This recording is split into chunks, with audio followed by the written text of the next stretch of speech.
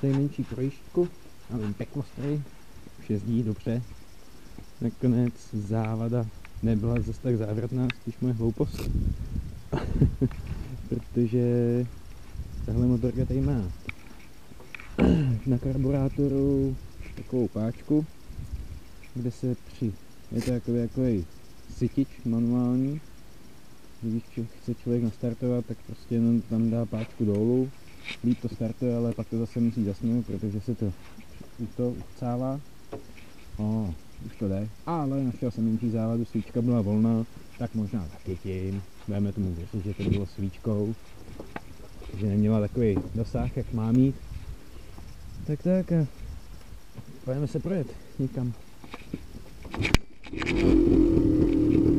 Vždycky dají po paskvinách.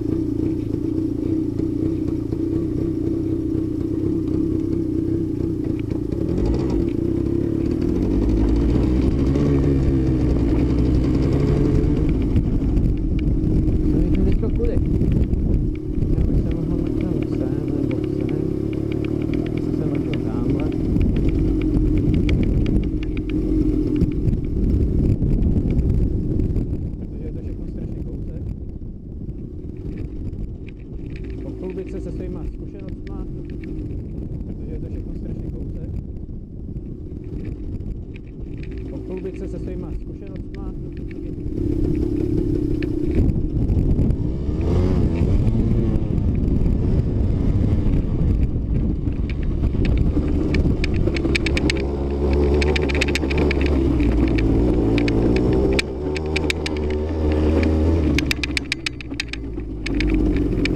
Nevyplašit.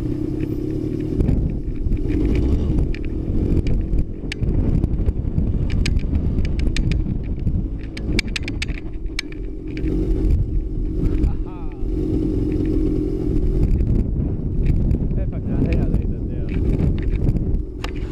Člověk tady fakt může být rád za to, že tady je, že má tu příležitost, protože to je skutečný tohleto.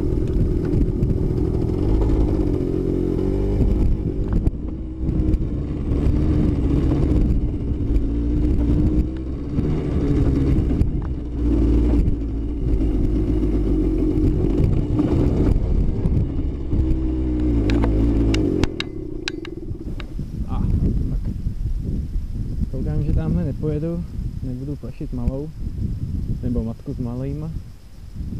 Si spíš to obrátím a pojedu nazpátek.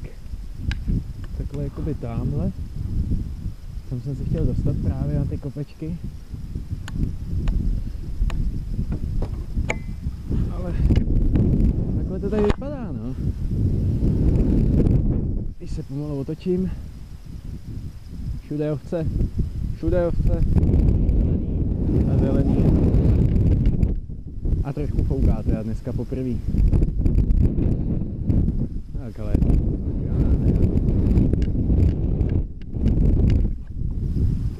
teďko nehupsnou dolů v otáčení, bych byl nerad.